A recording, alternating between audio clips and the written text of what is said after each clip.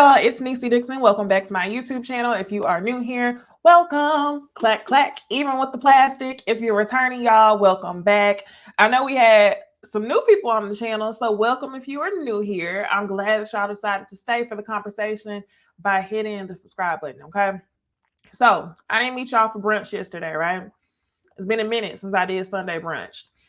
But I figured since it was no Love in Mary Tunksville, I was like, you know what? I'll come to y'all on Monday because I had a great weekend, y'all. Today definitely feels like a damn Monday. Like, oh my gosh.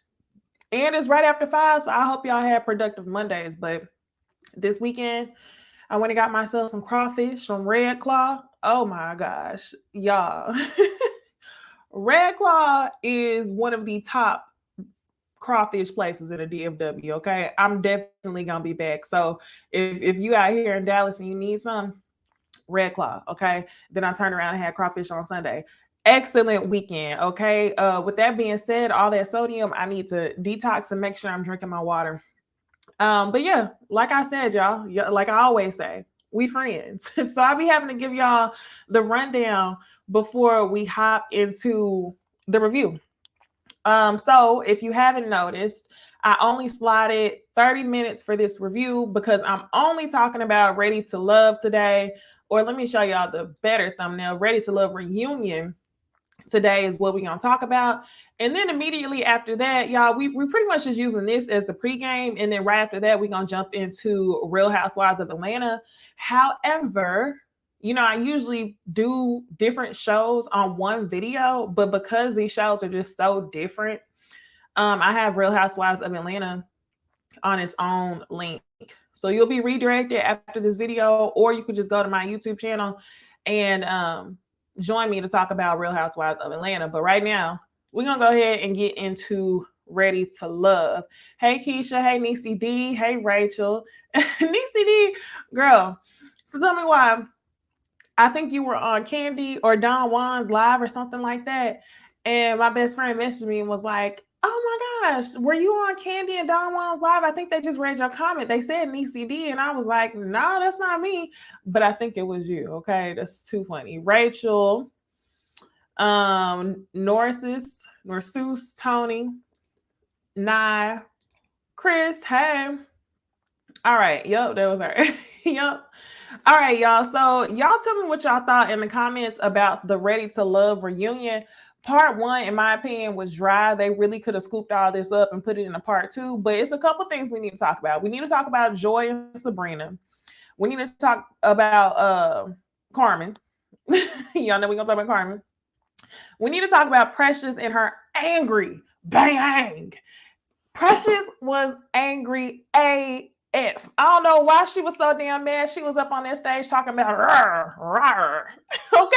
She was up there mad. I don't know if she was mad because we've been talking about her bang, or I don't know if she was mad that she was seeing what all of the men were saying about her on the show. So I'm just like, I cannot hate her, Monique. But yeah, let's go note by note. And then at 6 o'clock, I'm going to start the Real Housewives of Atlanta review. All right, so I already got my picture up. Basically, Ready to Love reunion part 1, dry. Tommy looked nice, even though I don't have a picture of him in his suit. He had like this rust color suit, real nice. But you want to know who looked the damn fool? Y'all, who looked the damn fool was Laverne. Do y'all see him? I know y'all see Laverne right here next to my shoulder in this gray suit with the referee socks. If that don't tell you that he missing some marbles, if this season didn't tell you that Laverne was missing some marbles, this damn suit is telling you that Laverne is missing some marbles. It's very much given when you walk into the beauty supply store and you see the outfits hanging up on the ceiling and you say, oh, which one you like? Or you walk into that flea market. We used to go to the flea market in Garland over here. Be like, oh, give me that. Can you pull down number 23? Yeah. And then whenever the person working at the store pull it down, you hear all the plastic swishing.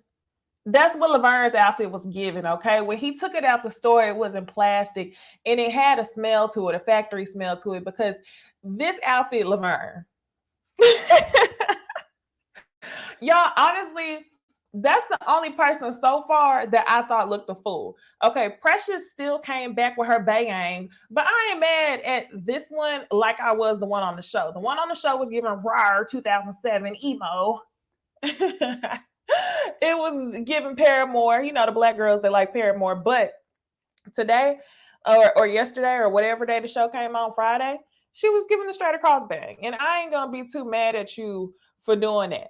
I'm not. Sierra, it was not just you. Joy was doing too much. Precious was doing too much. I'm just like, I cannot. Okay, so the episode starts out and Tommy is showing all the flashbacks of all the innuendos. Do we really care? No, because I talked about it every single episode, y'all. Every single episode, I talked to y'all about how this was like the most childish group of 35 to 40-year-olds plus that I had ever seen. Every single episode was, that's what she said, or I'm the kidney smasher, coming from both the men and the women, down to Carmen and her eyes and the pickles and okay, they were childish. It was just like, okay, whatever. Then what they talk about is how this season was different than the last season. It was different because they started out with 14 singles instead of 20 and then worked their way down. What they did was sent people home as they brought 6 singles on the show. I think it was 6. So the 6 singles who were blind dates, you got Tina, you got Carmen, we had AP, we had Pooh Bear, Cornbread, and we had Donovan, and then the last one was Eric. So we had the people come on the show, you know, throughout just to shake some stuff up. And low key, y'all, I did like this formula better than the other seasons, but for whatever reason, the season still felt hella long. And I feel like all of the viewers can agree that this season felt long, even though you were adding people on as the show went on. So Tina, she talks about how the blind date or just the show in general process was not for her. Girl, we know. She said it took too much on her mental, too much on her physical. And I don't blame you, but you could have at least said something before you did, Tina. But it was very much giving toxic anyway from the beginning. I told y'all, whenever her ex-boyfriend came on the show and said that she would ghost him for 6 months to a year and then pop back up like everything cool, that's when I knew it was very much giving toxicity. And then whenever she was coming on the show talking about how her last relationship was toxic, I'm like, why do you keep leading with that? So no surprise there, Tina. Now, Eric, they talk about Eric coming on the show. Now, y'all remember Eric was the one who had the incident with Dakia. No disrespect to Dakia and how she felt throughout that situation. I'm glad she handled him the way she did. But my thing is like, if we're going to talk about the incident, let's just talk about the incident without saying the word.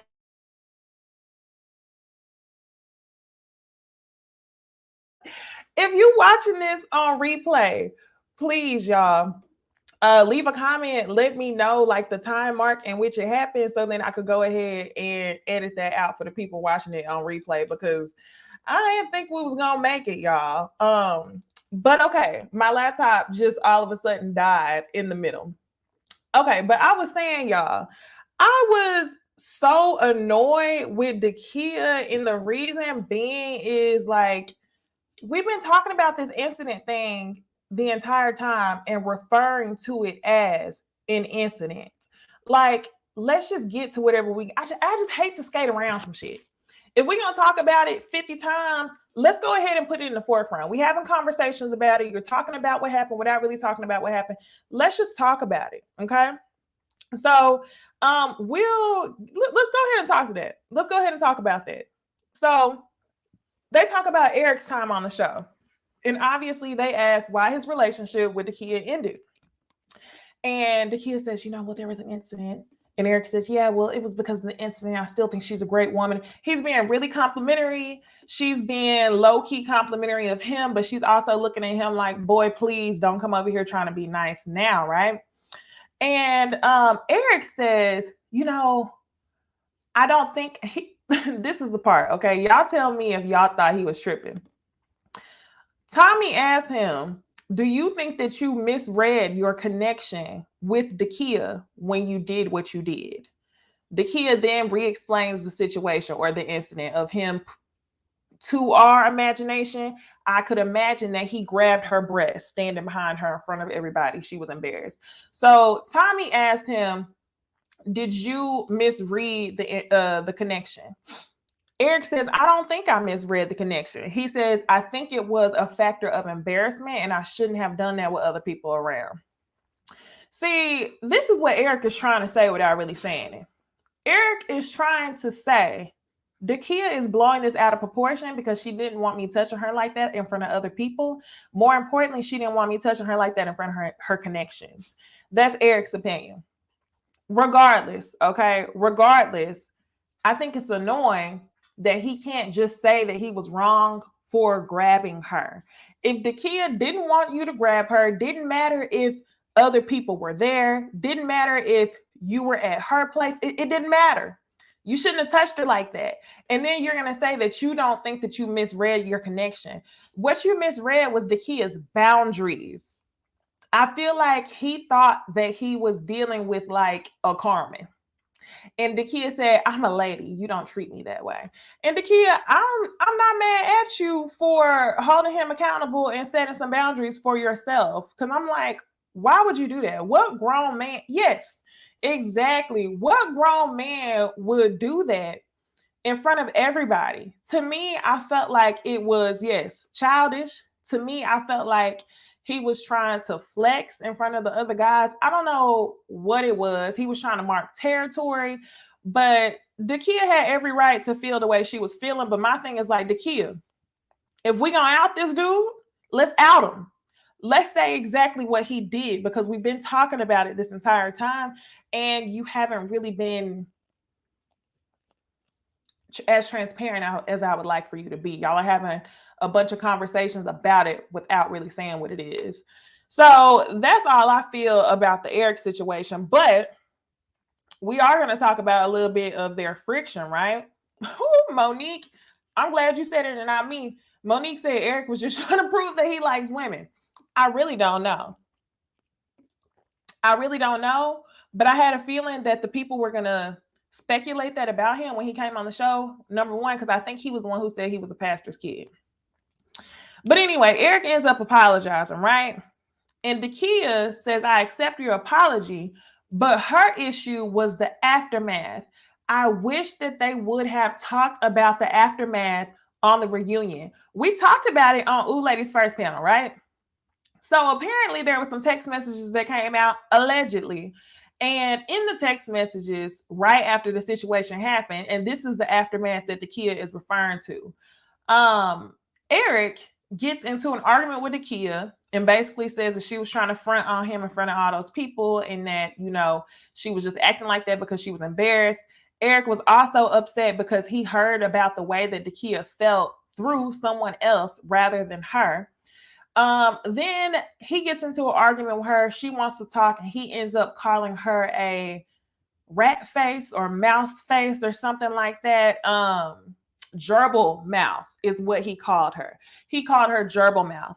So I understand why Dakia was looking like that, because it's like, okay, you're going to come to this reunion talking to me, trying to keep the peace, trying to keep your apology all cute and sweet, but we're not going to sit here and act like you didn't just disrespect me, not once, but twice, because he disrespected her by crossing her boundaries and touching her without her consent. Part two was you got mad and instead of apologizing, you doubled down, cursed her out like you was a bitch, and then called her a gerbil mouth. So that's what I'm talking about whenever I say transparency. Dakia, if we are going to out this man on stage and let the people know what he's actually about. So they really didn't spend enough time there. I agree with you, Keisha. Keisha says you can tell his apology wasn't genuine because of his energy and the cussing that he was doing. What the hell? Right. He also was cussing a lot. And I'm glad you added that in. Whenever Dakia wanted to bring up the fact that he was disrespectful in the aftermath, he got mad and said, I'm trying to be nice, shit. And then what I didn't like was whenever he said, I'm trying to be nice, you want to know who sat there and cackled? Joy. Joy, why are you cackling as this man attempts to disrespect her for not the first time, not the second time, because the first time was an inappropriate touch. The second time was him doubling down and cussing her out, calling her gerbil mouth. But a third time, you gonna prepare to cuss at her on stage, and she hasn't cursed at you once, but Joy is sitting there cackling. Y'all, I was trying to understand this entire time how Joy was friends with Carmen. But I think this reunion is about to explain to us exactly why they're friends. I was just like, ugh, I overlooked it. And then she tried it again later on with Sabrina. And I'm like, why did y'all? I think the only reason why we didn't see this energy with Joy on the show is because Joy had a connection with Clifton the whole time. And there was no other competing female, if you want to be real. Okay. Dakia was not a competing female for Joy. Joy and Clifton were together the entire time. The show used them to be their love story. So, Joy, I wish you would have showed your ass this season, but I guess you waited till the reunion. Okay. So, another thing that they end up talking about this truth or dare situation. And this is also where Joy gets involved in something.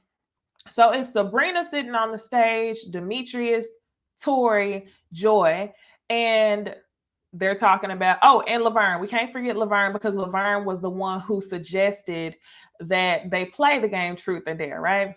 So they show the flashback of Sabrina, choose the person who you're feeling the most. And she walks over to Demetrius and nibbles on his ear. Now, a couple things they talk about.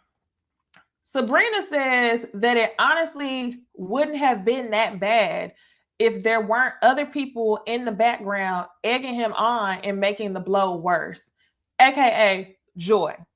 She says if Joy wasn't back there saying, yeah, go ahead, Tori, then it wouldn't have been as bad. She said she felt like everybody was making an assumption over who her strongest connection was. And for that, I think Sabrina is absolutely right. Joy so badly wants to be a guy's girl. She wants to be accepted by the guys. She likes to joke with the guys. I'm surprised they didn't show that majority of the innuendos were her this season. But Joy's a clown, just like the guys. And that's why she kept involving herself and saying, go ahead, Tori. And if she would have sat there on hush and saw what happened, it probably wouldn't have been as bad. But hindsight, just like Sabrina said, she probably should not have played at all. She should have just, said, I'm going to take 3 shots instead, just like she said. So they asked Tori how he felt about it. And Tori says, well, honestly, I did think it was me. But let's not forget where Dakia and Sabrina were going back and forth, and Joy, not Dakia, Sabrina and Joy were going back and forth, and Joy tried to get cute. So whenever Sabrina said, I feel like people were making assumptions about our relationship, Joy says, well, I was judging off of the last ladies' lounge whenever you went and Sabrina was like, okay, that's your assumption. Joy said, but you said this in the last ladies' round. Sabrina said, okay, that was your assumption. Joy said, well, damn, can I talk? So then Joy ends up saying that based on what Sabrina was telling the other ladies in the ladies' lounge, she was almost sure that Tori was going to be her choice. And I think that goes back to Sabrina's point right there. It was an assumption. So I just didn't like how that scenario didn't really seem to be that deep to me. Joy, you really were interjecting when you didn't need to interject, but you interjected because you want to be liked. You want to be the token of the women, the one that can take all of the dirty jokes, the one that can flirt, the one that can be a guy's guy, the one that can talk shit about the girls and say, yeah, I hate whenever women do this.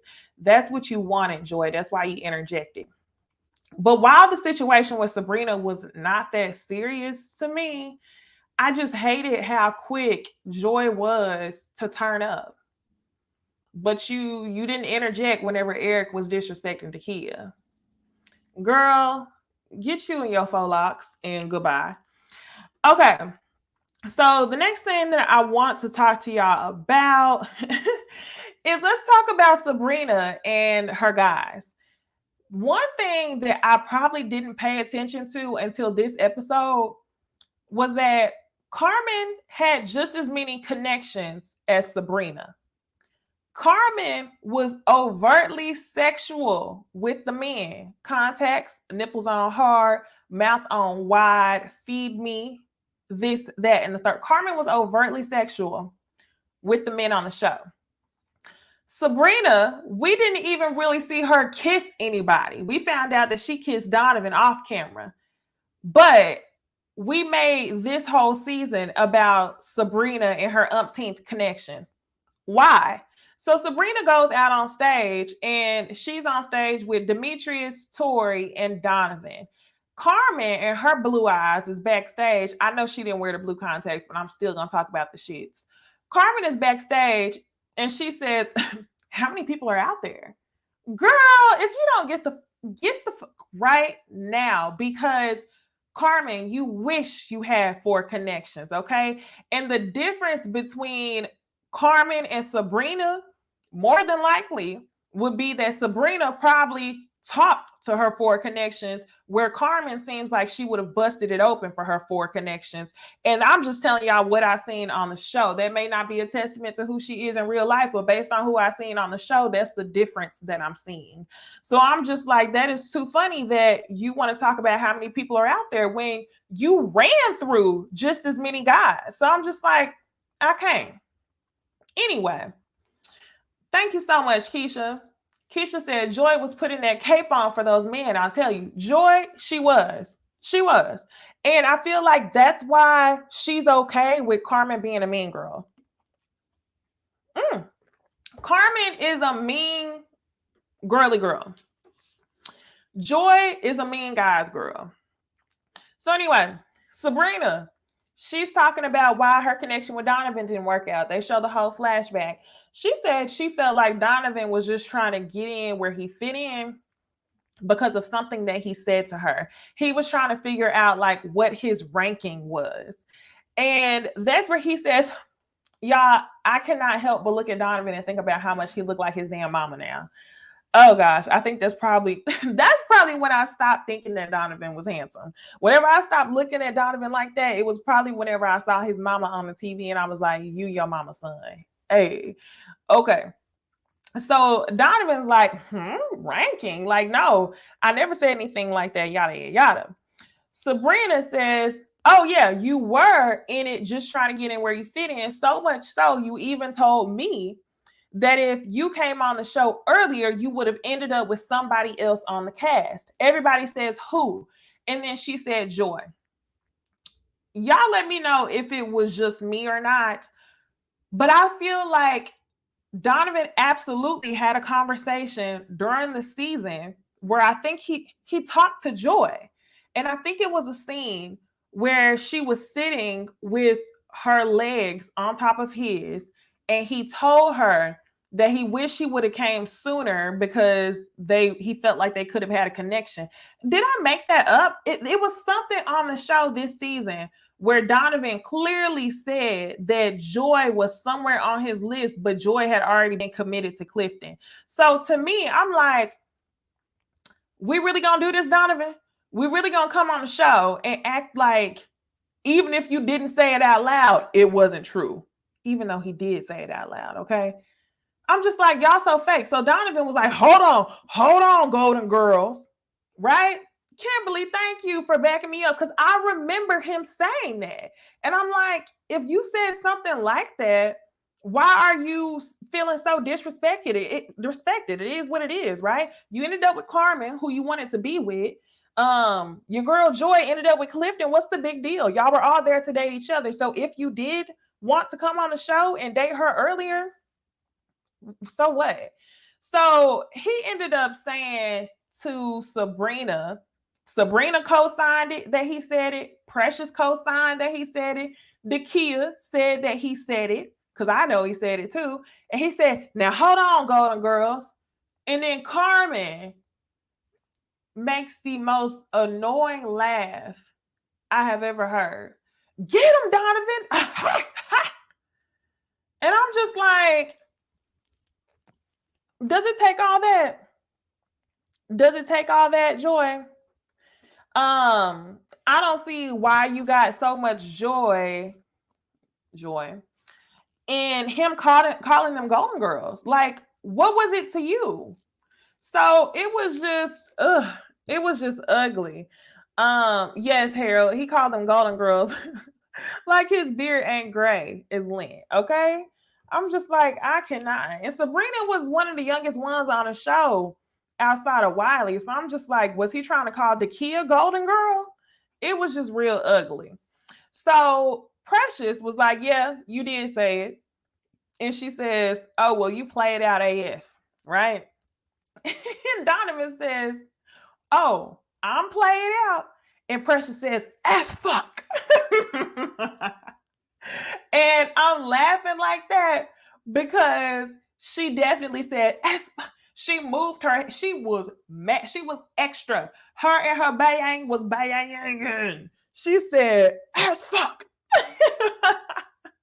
So I was just like, wow, Precious, where did this come from? So we find out the reason why Demetrius had fell back from Sabrina was because he found out that Donovan kissed Sabrina. And he was upset that he had to hear about it from Donovan. But the funny thing is, Donovan didn't tell Demetrius about it until 2 weeks later. So it's very much giving man scorned. I told y'all when Donovan came on the show, when I seen them curls, when I seen the heights, when I seen the nose ring, I was like, this is a fuck boy. This is a grown fuck boy that we are dealing with. And he came on the show just like one. Vindictive. You mad that Sabrina hasn't decided if she wants you exclusively. So you try to go mess her home up, her happy home. I'm like, Donovan, you are whack. And you are exactly where you need to be. Okay. And then somebody said, am I going to call Sabrina? TNR, to be honest with you, I have not been upset with Sabrina like that. I really haven't been upset with Sabrina this entire time. Now, it was one moment where I did talk about her. I think it was last week. I told y'all the only thing that I felt like Sabrina could have done better was self-eliminated before it got to the point of Demetrius asking her to meet his family, because at that point in time, she already knew that it wasn't hidden like that. Okay. The relationship was not going to go anywhere. So that's the only thing that I felt she should have done. But as far as her dating, I'm not mad at her for doing that and dating the dudes until the end. Like, come on. Clifton did it. Clifton did it. Clifton dated many women all the way up until the second to last episode, making Dakia think that she still had a chance when we all knew she didn't have a chance. He did it the whole time. And nobody said anything about it. We all waited till the show ended and everybody was just like, oh, Clifton and Joy are cute. Nobody was thinking about Dakia because Clifton was playing the game. So I'm not mad at Dakia, or not Dakia. I'm not mad at Sabrina for playing the game. Okay, so lastly, y'all, what I want to talk about is Laverne. And for those of you who are just now joining the live, we got a back-to-back.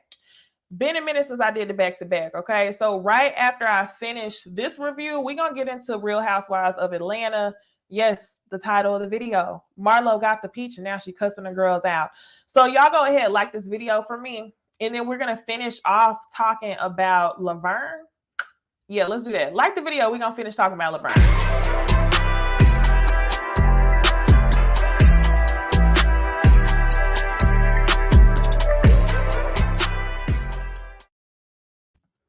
Hey, Bondi.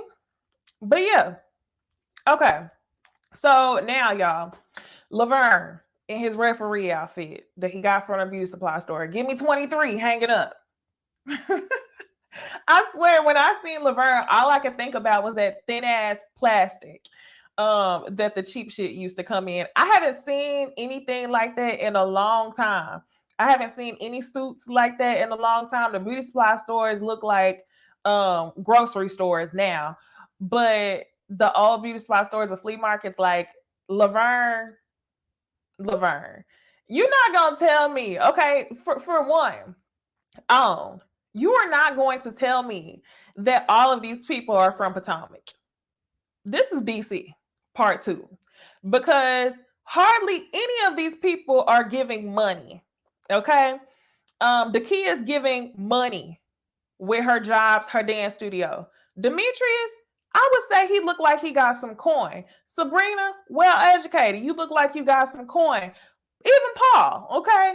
A couple people on the show look like they're giving money, but for the majority of the people on here, this is absolutely somewhere in a DMV area. Laverne in his suit is some beauty supply store in the DMV area. So let's talk about Laverne. Okay. So we find out that Ace blocked him. Their relationship didn't work out. And this part to me was very weird. It was kind of edited to where I felt like we didn't get a full circle story of why their relationship didn't work out. It was a little choppy, but whatever. So she said that Laverne was not offering a substantial relationship, or at least what she was looking for. Now, this is what I wish they would have done. I wish they would have asked her who she was dating, because the streets are saying, the people are saying, I haven't said that in a long time. I used to say that on all my early videos, if y'all remember those. But anyway, the streets was saying that Ace was actually dating Tyrone with the eyes from the previous season. So I wish they would have talked about that. Anyway, we knew Laverne didn't really want Ace like that anyway, because when the show ended and he was sent home, he was more so upset that he was sent home. And he didn't talk about this amazing connection that he kept talking about with Michelle Obama, Beyonce, she's this, she's that. He wasn't talking about that when his ass got sent home. So then they started talking about the conspiracy to get Laverne to go home. So Laverne says that he heard that Carmen, Tina, and Sabrina wanted to vote him out. Now, when he was on the show, he said that he heard that from Precious. At first, I believed him. I was like, he probably did hear from Precious, because Precious is a pick-me and she probably was pillow talking. But once Precious explained what happened, I was like, you know what? It happened the same way y'all are saying. So what Precious says actually happened is Precious was talking to Ace. She told Ace that Carmen was pressuring the women to make decisions. Not that she was pressuring the women to send Laverne home, but she was pressuring the women, right? On Laverne. It wasn't, Carmen wanted to send Laverne home, but it wasn't no all-out conspiracy like what he's explaining. So Sabrina said that she already wasn't really feeling Laverne like that. And Tina, I think she said she wasn't sure about him or something like that. So they start arguing back and forth, right? And Ace is quiet the whole time. And I'm like wanting Ace to speak up, because she's the one who allegedly told Laverne. So I wish Ace would have chimed in. But anyway, they start arguing. Precious was like, that's not what I said, Laverne. That's not what I said. And the conversation goes from here to Carmen and her bang getting up, and she calls this man a bitch. And I was just like, now Precious and a bang. Did it really take all that? So they leave the episode to be continued. But what's all the anger? Why are you so mad inside? It reminded me of, y'all know that scene on America's Next Top Model, whenever she said, Tiffany, we were rooting for you. Now, we wasn't rooting for Precious and the Bayang, but you remember what Tiffany said in response to Tyra? You don't understand what it's like. You don't understand what it's like to be so angry inside. Precious was looking like her Bayang was angry inside. I don't know why she was so angry. So I hope we find out next episode. But y'all, we already a minute over, okay? We're about to get into Real Housewives of Atlanta. If y'all were here at the beginning of this live and y'all saw when my laptop died or whatever, make a comment so I can go ahead and edit that out. If you could time mark it for me, I appreciate it. But y'all, that's pretty much it for Ready to Love. It definitely could have been a one-part reunion like it usually always is. So I guess we're going to get the tea with part 2. But for next, y'all, I will see y'all over on my next video where we're going to talk about Real Housewives of Atlanta. So I will see y'all in the next one. Bye.